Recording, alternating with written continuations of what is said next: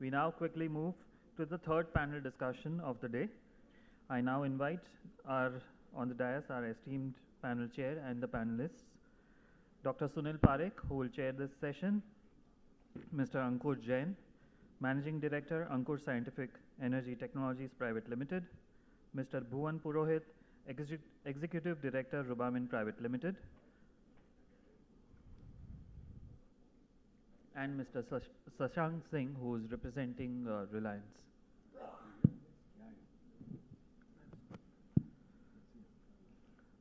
The third panel discussion today will be focusing on ESG integration across sectors, best practices and case studies. The panel discussion will discuss successful ESG implementations across key sectors, shares experiences, challenges, and lessons learned during the ESG integration. May I now request the panel chair to begin the session, please. So welcome. We have three lovely companies and different backgrounds. He's made a business out of green, so he represents the opportunities that the green sector provides us. Bhuwan is here from a company that has been extremely innovative and is doing a lot of recycling of material that actually is very important in the green economy and the circular economy. Is innovative and is a homegrown company and is now close to about 3,000 crores. So welcome, sir. And I add my own welcome to the giant Reliance, who does everything everywhere, So we will have three totally different perspectives on a simple issue. You want to give the presents? Let them speak well first, then we give them. Before we go ahead, may I request Rustam Patel, the Honorary Treasurer of FGI, to give the mementos from FGI to the esteemed speakers here.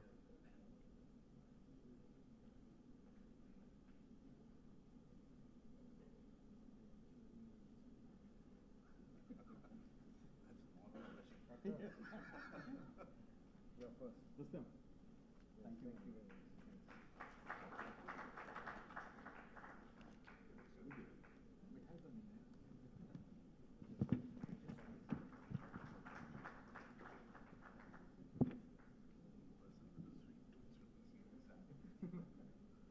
Thank you for coming.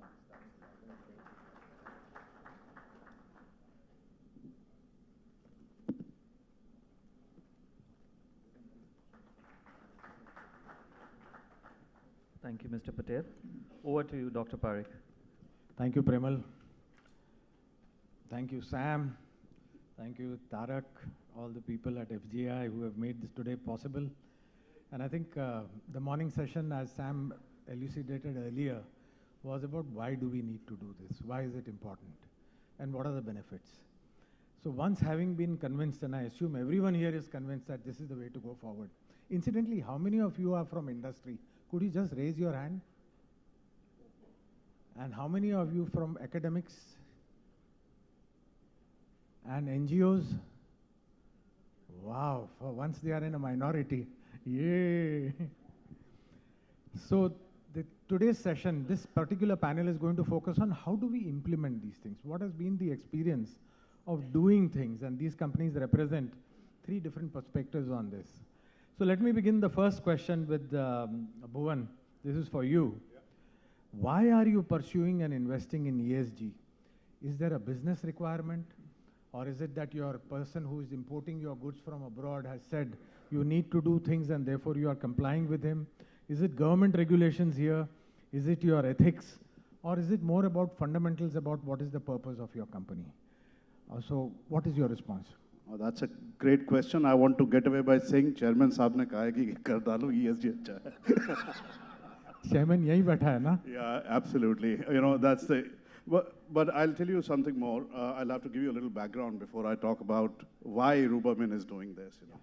So, a few years back, everybody sitting in this room was locked up in their homes, and how many of us thought that this could happen? I think none. And were there indications that something like this could happen? There were. Wuhan people locked themselves up, quarantines here, there. But we said to ourselves, it'll not happen to us. We never believed that this could happen to us. And that was the pandemic. And from where we sit today, from a business perspective, I see a lot of business and industry people here. This is the next big pandemic for businesses. Since morning, we have talked about how the window of the statutes is shrinking for each and every business. And there are enough indications. You know, couple of years back, China shut down 10,000 plants. A lot of us made money. Some of us had to pay more price for the material. But we said this would never happen to us. There are indications.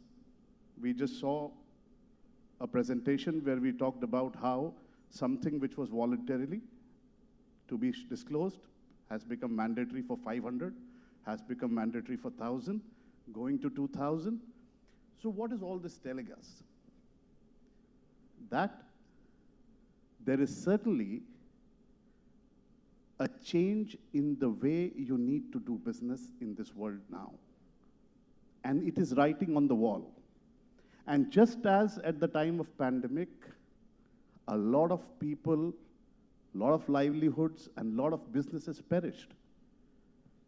And it was all called not losses, but collateral damage for public interest. The government could impose a month, 2-month long lockdown because there is no other option. People who will not recognize this new reality in business will become collateral damage. And I'm not saying this to scare people here. Gujarat के businessman किसी चीज़ से नहीं डरते.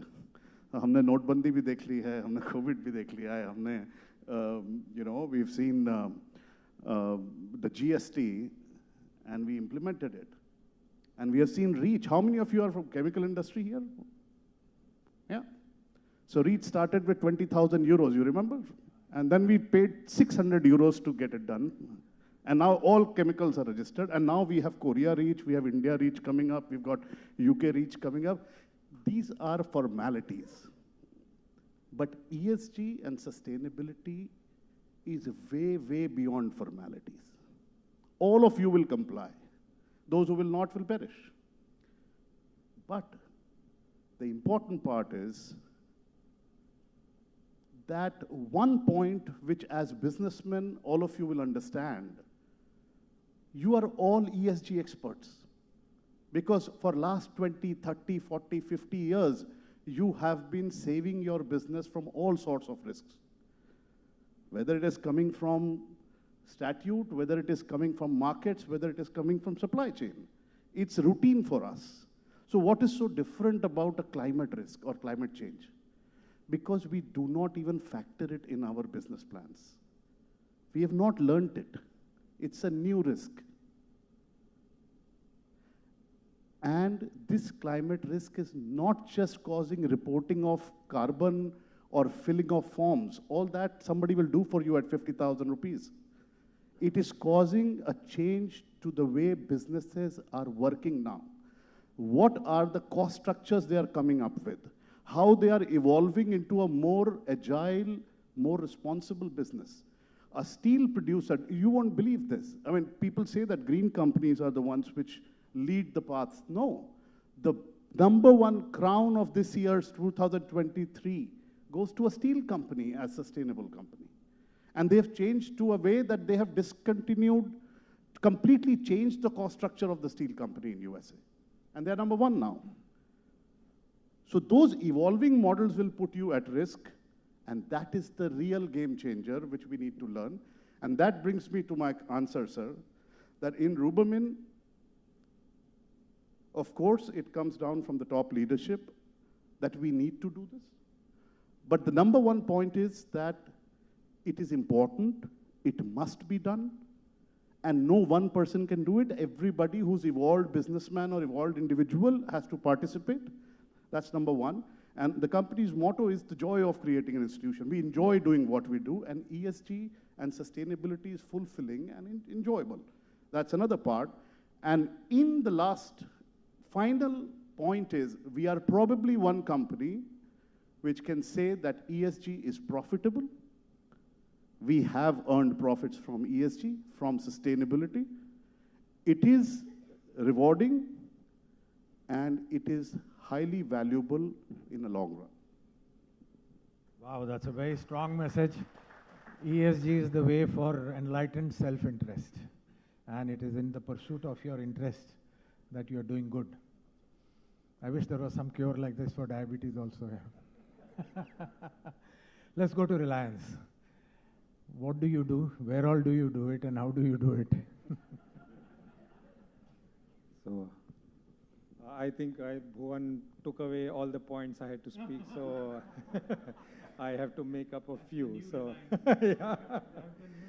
So I think just to start off where he left, I think the number one is ESG is not, first of all, is never seen within us as something apart from the business, that this is something new which is coming. That is the first thing that people who run businesses, you have been doing ESG, as he said, that is there. And for us, I'll come to you from our perspective. The tagline of Reliance is growth is life. And if you look at the journey right from the IPO of, first IPO of Reliance, the whole businesses, it is about building resiliency in the business through the whole journey till 23. So every investment, every business that you could take it up itself is the journey to ESG. We didn't know that ESG would come 10, 12 years back. It was sustainability. Even before anybody, excuse me, asked, we were already producing the sustainability report. It is about showcasing your business. So it's about showcasing how we do business. That was the part that we were doing. We started assurance way back, even 10 years back, getting it assured, the numbers assured by a third party. That was not even a requirement which is there. I talked about the pandemic. That was the stress test on the S part when you look at it. One was you take care of the family within, and there is, if you go and talk to people in Reliance, there is a host of personal stories each one of us would have to articulate, including the advanced procurement of vaccines, giving it to the family, the contractors, the extended family. So that is something which was ensured. We ran, our operations never stopped. We ran it on an islanded basis, practically every site which is there. So our doctors were practically 24/7 on call, monitoring every person who would be there. So everyone, whether it was a contractor at our site, whether it was an employee at the site. When the oxygen issue came up, the stories are Herculean what people had to do. We were never producing medical grade oxygen in our sites. That had to be ensured. We never handled medical grade oxygen. Overnight facilities were ensured we could do. We imported containers from outside to ferry that. So that was really things in action which we saw in terms of ESG. So what you do is your ESG, whether it is in environment or in terms of social or even in governance. We all may be at different stages in your maturity. You could be starting somewhere else. Some of us who have got access, we could be further ahead down the road. That is the only thing I would say. And that's the key thing, the message which is there is put the actions first, start measuring second in terms of it, and learn from each other. That is the only message I would put it as, if I had to put it briefly. So Ankur, question to you, why are you in this space and how do you see it in the future? Yeah. So basically I'm in the space because my dad was in the space. So that's the easy answer. But I think my career basically where I am today in my personal journey is probably mirroring where the world is heading, right? Dad studied at BITS, MIT, US, came back to India in 77 when nobody would come back to India. Started a renewable energy company in 77 when this was not a buzzword. I'm also a mechanical engineer. I did my engineering, worked with Larsen & Toubro, worked with Infosys, got my MBA. I was selling cigarettes in Rajasthan. We are Rajasthanis, basically. And when I was selling cigarettes in Rajasthan, I was bored out of my head, right? And I saw all my cousins around. Sab dhanda karte the, Marwadi the dhanda karte the, and large dhanda, small dhanda, they were in dhanda. And I called my dad one day and told him, Dad, I can't do this anymore. I need to do something different. And he's like, yaar, main bhi cigarette hi banata hu, thodi badi banata hu, tu aaja. So I came and joined him. So essentially we do something like a reactor which converts various kinds of waste into a gas which is combustible. And it's a renewable energy company that we run, a waste to energy company. I joined him back in 2004, right? Supposedly an engineer, and IIM Bangalore MBA, high pedigree, small company. And I thought probably I would get bored after a while, leave, start doing something different. But since 2004, I felt the world started completely changing, right? And it has massively changed over the last 20 years that I've been part of this business. The company was much smaller, we have grown massively, but more than our growth, the possibilities, the potential for businesses that like ours is huge, right? We were doing predominantly government projects. We started doing private projects within this country. Now we are predominantly doing international projects, right? We were doing waste to electricity. We were doing waste to gas. Now we are doing waste to hydrogen. We are doing waste to ethanol, etc.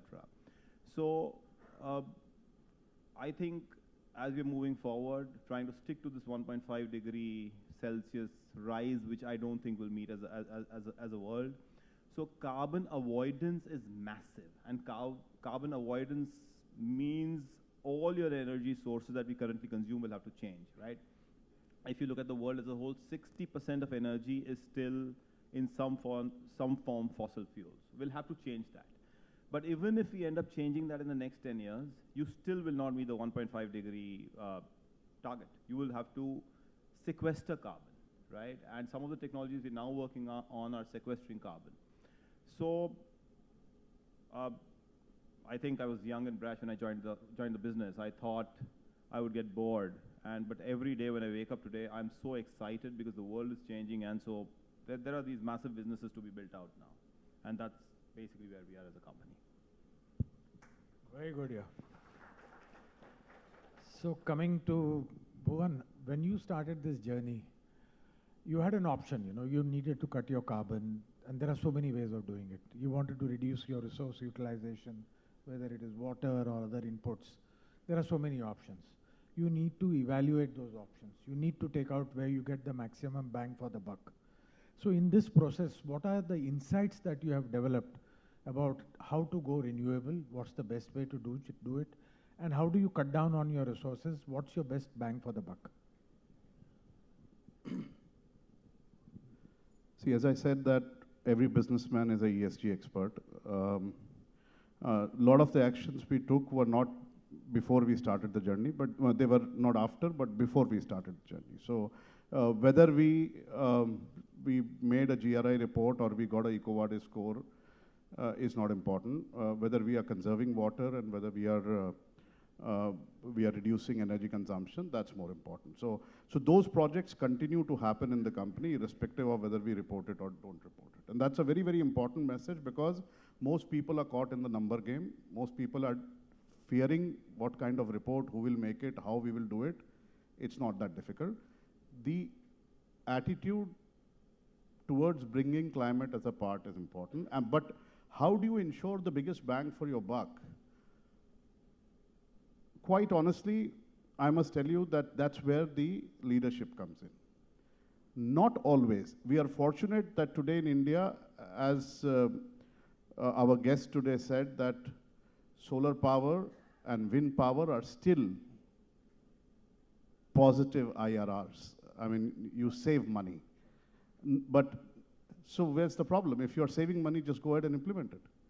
That's not a problem. The problem comes when you have to take a much longer commitment and there is no financial matrix to justify it. For instance, we created 100,000 kiloliters of lake for our hydrometallurgy plant because we felt that was the key risk being a hydrometallurgist, and we want to give back the water we've taken to the river, and let's cut down our water consumption. No financial justification can make you take that decision. And that's where the leadership says, it is good, it is sustainable. Anything that's sustainable is bound to be profitable. And even if a single step does not look profitable, look at it as a whole and you will see much more profit and much more value. I think that kind of firm belief by the businesses is what will take us forward and what will put us in a competitive advantage, which we experienced not only from the lake, but every such decision which has got taken not on financial justifications purely, but actually on the intent, the satisfaction, and knowing that we're doing the right thing. I think that's most important. Thank you. Good insights. So Reliance, someone said in the earlier session that a manufacturing company, the component of scope 1 and 2 is bigger than the other one. Actually, the facts are different, and you would know it as Reliance. In a company like Procter & Gamble or Unilever, scope 1 plus scope 2 is less than 15%. It is in the utilization of the products like soap and detergents that people use energy in their machines, and that is also counted as scope 3. So scope 3 is actually 85% for these multinational giants because their products require a lot of water. Now Reliance is in the business of doing petroleum companies. When you burn the petroleum, refined petroleum, it is part of scope 3. It's an essential part of integration for the development of India. How do you look at reduction of scope 1 plus 2, which is under or near your control? But scope 3 is the very product you are making for the development and the economic requirement of the country. How will you reduce scope 3? So I think a pretty important question. Number one, where do you start? I think what you're asking here, and early on is the whole materiality that we had to assess. Who is the stakeholders, where we are, where are we composed? So that comes to the whole business, what I talked right from where we have come up. And this is very early on when our chairman talked about a net zero of 2035. The biggest component in that comes in scope 3, but there is no point in going and doing away with scope 3. So to do away with scope 3, you have to begin back home, the first steps that you take. And that is the pillars. If you look, where are we headed right now? We have talked about gigafactories on solar. We could have been saying that until unless somebody generates electricity, our mobility will never get to zero. So how do you electrify mobility itself? So the number one is to generate the power, which is the whole investment into the solar. The second, again, the whole of energy storage is that you do not have that scope in the country.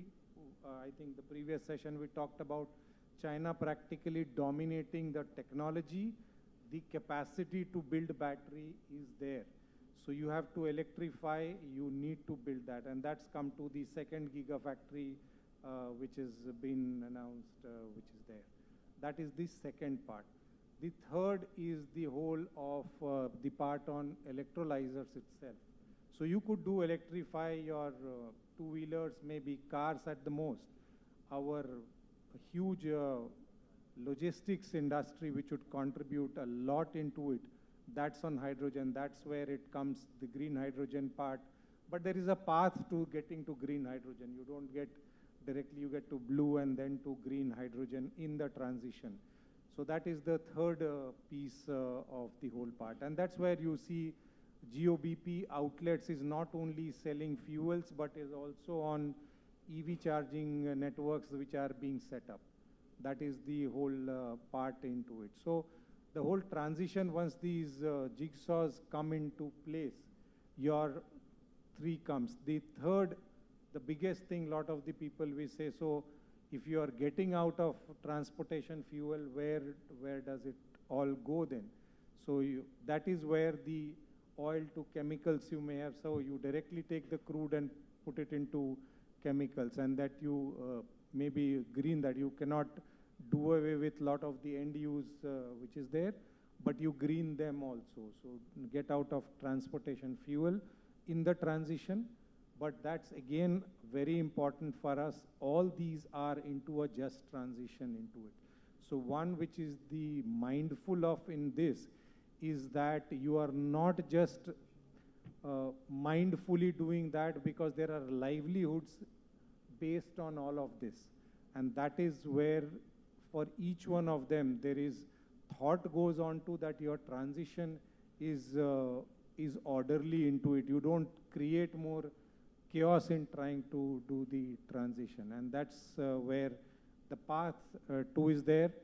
And the biggest part in this, I think what Reliance is to build that capacity. That capacity we would want to get to green electricity tomorrow, but what we even require it within our company, or what is required is somehow not available, and we can't do it alone. That is where a lot of the other people will come into it. And the last bit of it, since the people are there, all the smaller units become partners into this. This is more, the oil and gas business would be more where you could do it in 4 walls. This is more how a car is made, is that there are many more feeder companies which come into it. And that's where your imperative to also become part of this marathon, I would say, and run along with every, the bigger or the smaller ones itself. And nobody gets left behind, I think. One question to both of them, and I'll come to you on innovation. Where is ESG placed in your management structure? You have so many plants, so do you have ESG responsibility at the plant level, and you give them a target and let them do it with no central control? Or do you control it at the central level and then you have your branches? So is it a function? Is it a vertical? Is it a horizontal? Okay. And finally, who does it report to? So, fantastic question. One of this, the complexity of doing ESG in a company where we are varied into it. We are not into one sector. So a couple of the things, the building blocks to this is, I talked about materiality. Now we do it materiality at the corporate level, but that materiality, we would have a smaller plant, which is a polyester unit. We also have a value chain when it comes to the retail or even a tower in Geo, for example.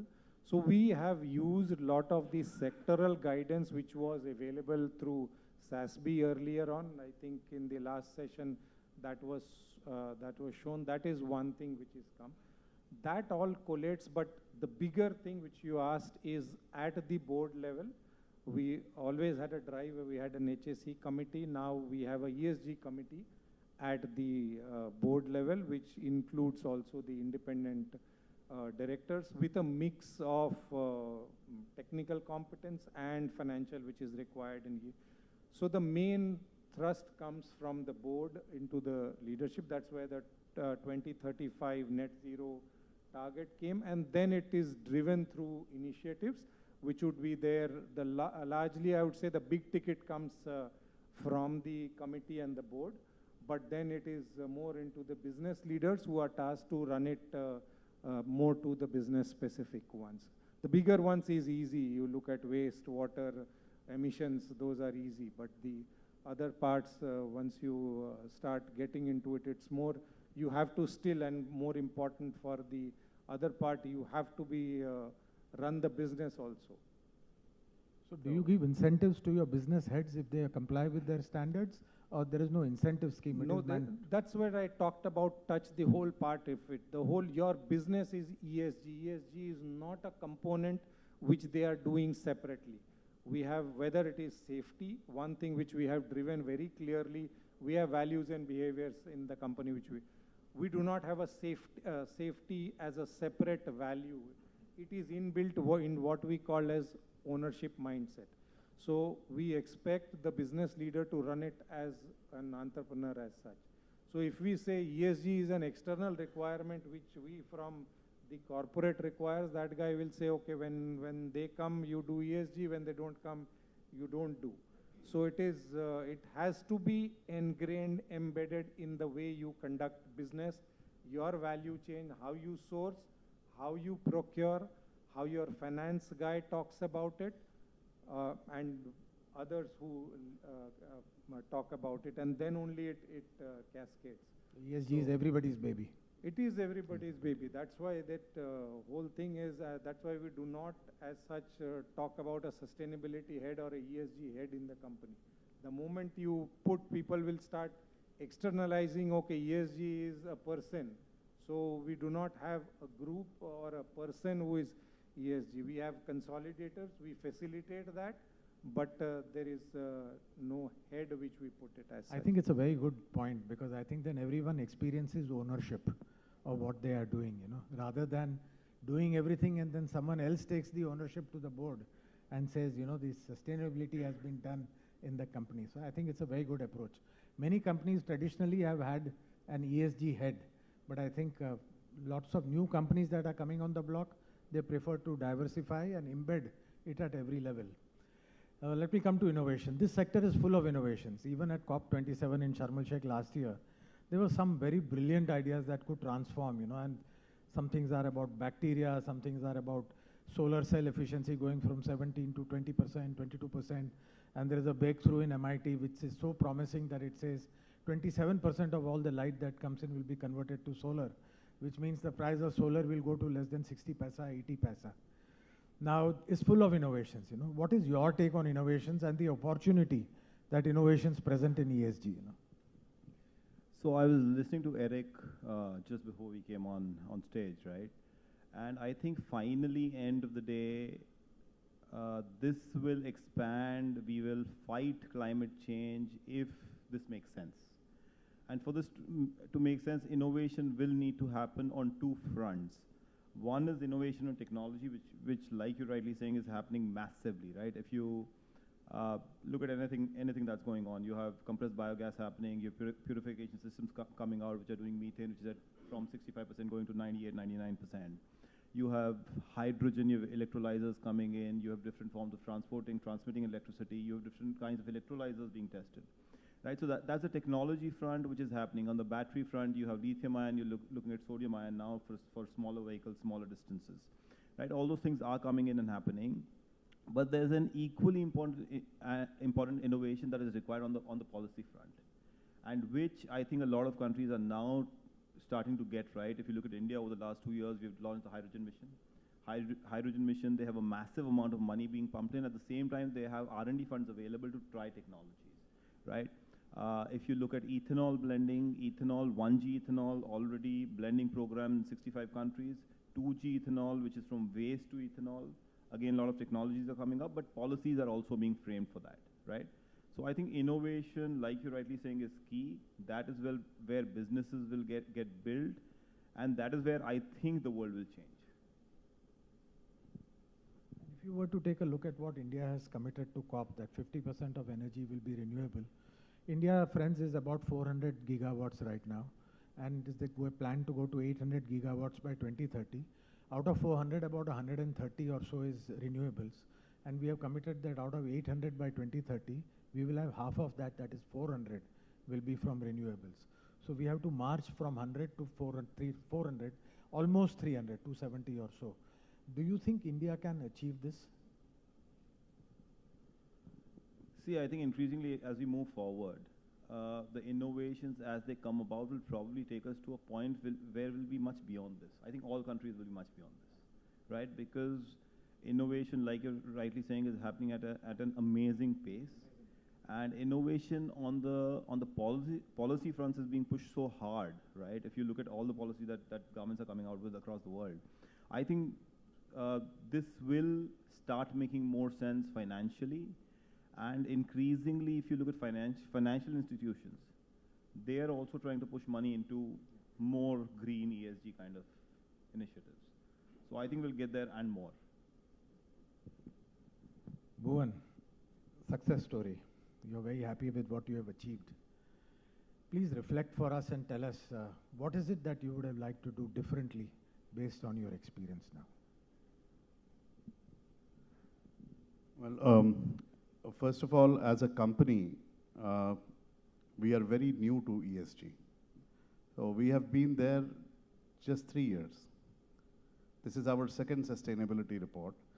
But again, as I said, environment, social and governance, worker ko tankha puri do, maro pito nahi, chori mat karo, bribe mat do, board ko empower karo, safety rakho, machine theek rakho.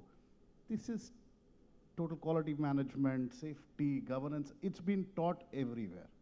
The only difference is climate change. Are you factoring the climate change and the new stringent environment conditions into your risk management principles is the only change. So quite honestly, ESG and social, which is the CSR, which has now become mandatory and it will probably increase in percentage, these are the two aspects of business which I think it doesn't need anything special, you know. But as you said, that success story and what you would have done differently,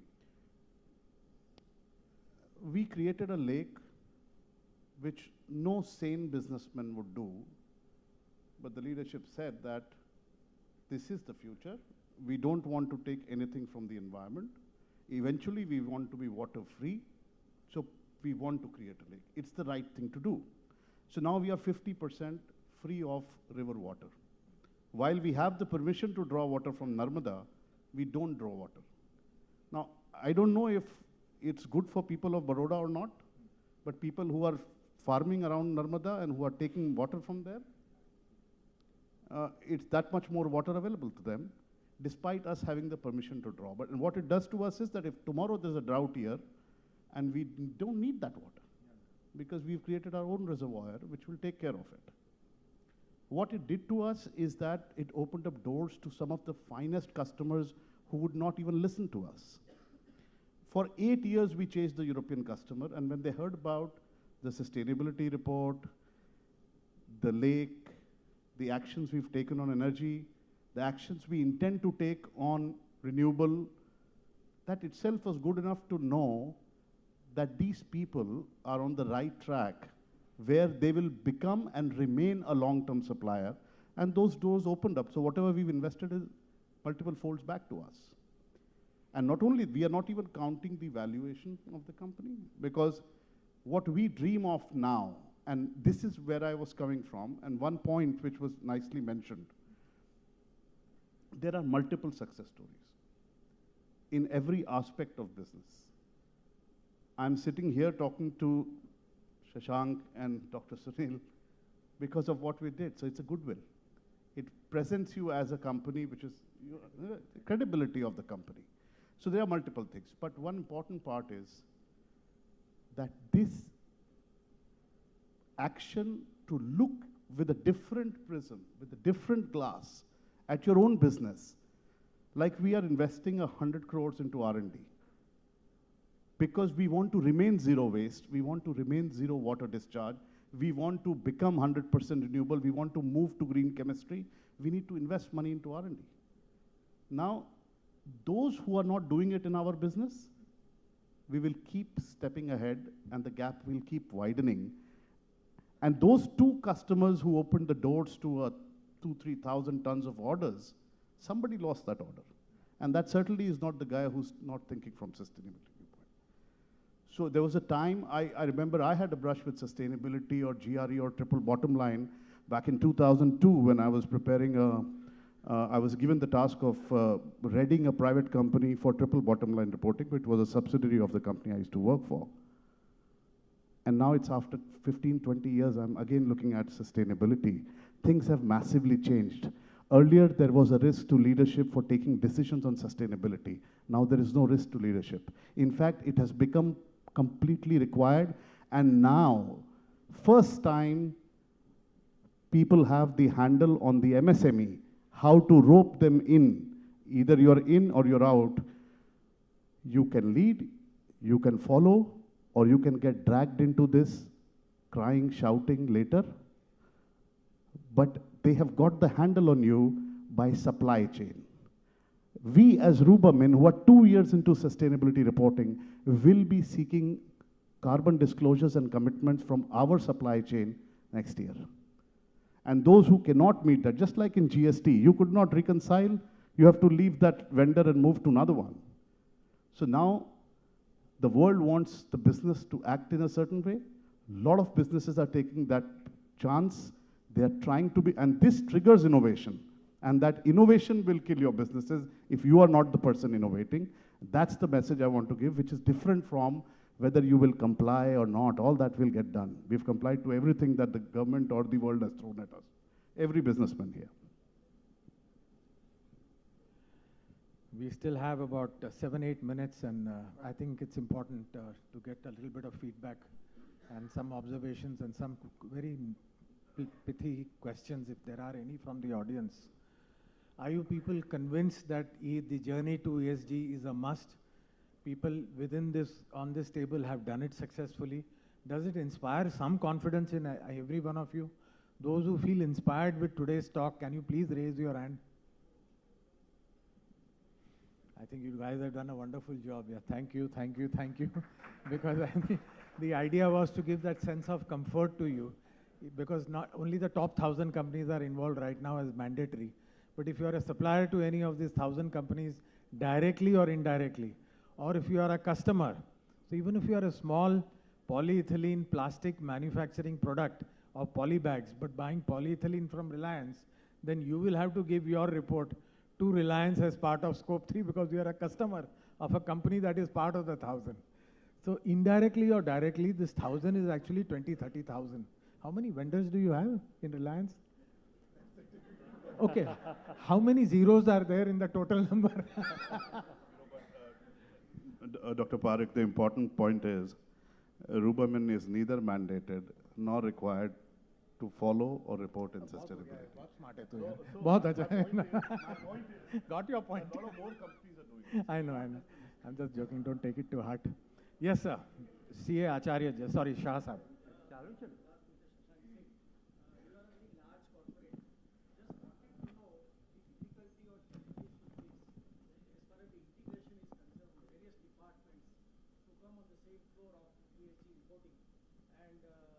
Particularly the value chain partners.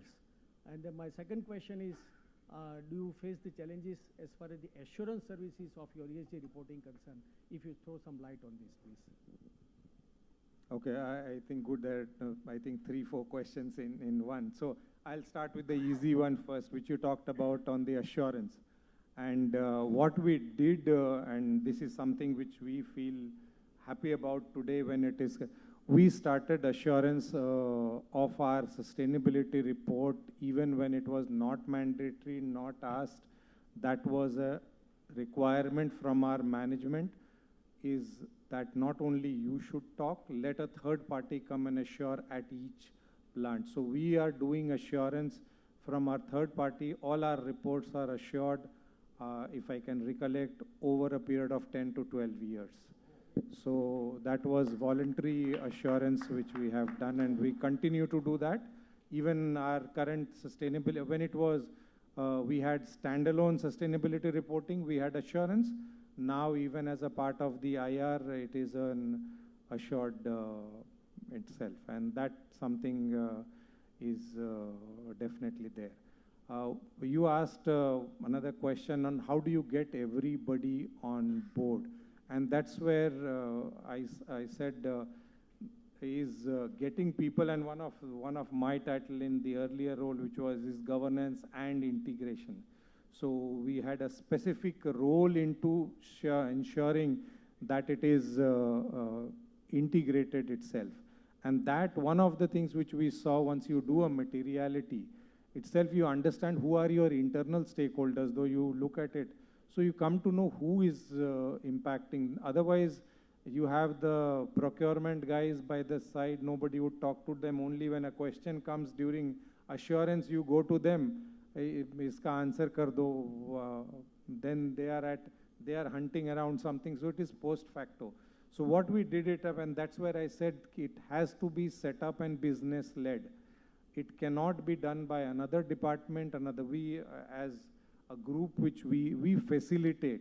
Finance consolidates the requirements, but it is definitely once the business value comes, as simple thing is that to deliver production, everybody comes together. You don't need to tell them how it is done. Same principle we have followed for safety earlier, we have followed for ESG earlier. So it is all hands on deck, simple into the way we operate into it. So I think that was your question. So one last short one, otherwise I'll ask Mr. Shankar, who was head of sustainability of Tata, to raise a point to sustainability of Reliance. Let's see the two fellows fight and we will enjoy. एक सवाल तो पूछ यार, इतना बड़ा बकरा बैठा है.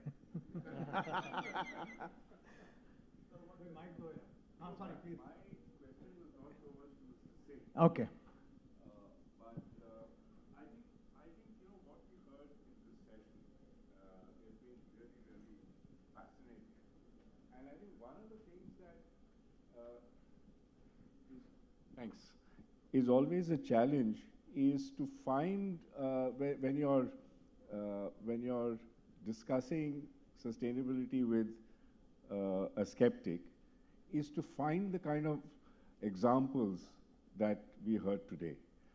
This was a fight I used to have in the Tata Group because we are notoriously shy. And my argument to at that time was, it's not about beating your chest. It's about putting examples out there so that other people can see. And I think it's very important, all of what all of you spoke about today. And I would urge FGI to do a serious documentation, not just a story, but with some facts, figures, numbers, and put it out there, because I think all of us here will benefit not just from what we heard today, but with a lot more data that they can use and apply in their own context. That's something that I would suggest. Yeah, sir, with your permission. Just an extension to that, Shankar. ये गप्पे मारने में भूल गए कि वो तीनों presentation बना के लाए थे. So वो presentation. So what we'll do is that we'll share the presentations, what the participants information they can share with us, and we'll make it a part of the note that we are going to send out to all the participants. So Sam, I have one more request in this regard. That why don't we have a desk that answers questions of MSMEs at FGI when they raise an issue. For example, they say, I want an external consultant who won't cost me more than 5 lakhs or 10 lakhs to come and do an initial, stock taking.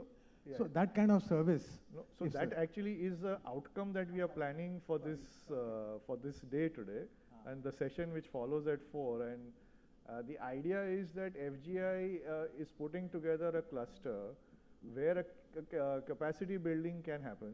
So there will be a full day workshop, and where participants today as well as FGI members can show their interest. And so once we know how that takes off, then we can make that a regular feature at so that's part of the plan. Abhishek, you had one last question. We'll close with that, please. Yeah, sorry, just a very small one and slightly different from this, to a gentleman from Reliance. Like Reliance employs probably if not 1,000, probably lakhs of employees.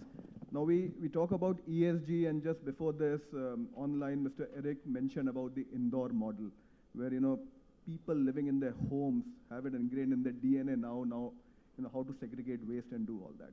Now we might talk about ESG in all our companies, whether big or small, how we are doing all this at our place of work. But what steps are being taken to ensure that our employees are also following the same model in their domestic life? I think fantastic question. So before I was trying to echo what he pointed out last time, it was about showcasing the small things which we do, and we'll give how we learned from our branding teams. It was how end of the use plastics can be used for road construction. We were building just a kilometer on so, and they have rebranded it called Reroute. So it is something which it looks good when you put it out, get into it. what you talked about on things, so before we start with everybody, it is about where we have the captive families itself in our townships. That is where this is completely being practiced in terms of not only waste segregation, renewable energy in homes, mobility itself, wherever it is possible. All these three come home. So we have to utilize it internally before it goes out. So those are the showcases, but there are many more things. Simple thing like if you walk into our corporate campus where there are 35,000 people, all of us have, and he talked about, Eric talked about the mobile phone. Now, if you had to use it for recycling, what do you do about it? You can't find a recycle. So we have put recycling bins and we run campaigns on that. So you could bring in your electronic waste and get it, and we give it to the right recyclers itself. So those are the smaller things which is habit forming. It's more of a behavior issue which is long term, but wherever we have captive audience, it's much more easier to do it.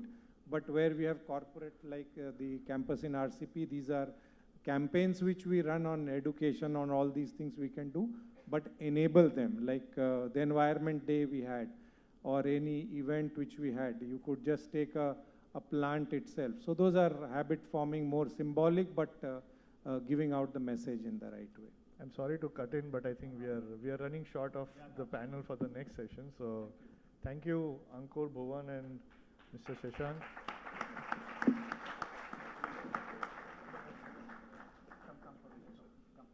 Thank you, Dr. Parekh, and all esteemed panelists for sharing with us your first-hand experience.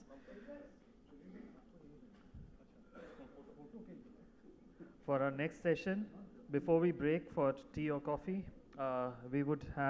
we have two renowned industry leaders who will be conversing with Dr.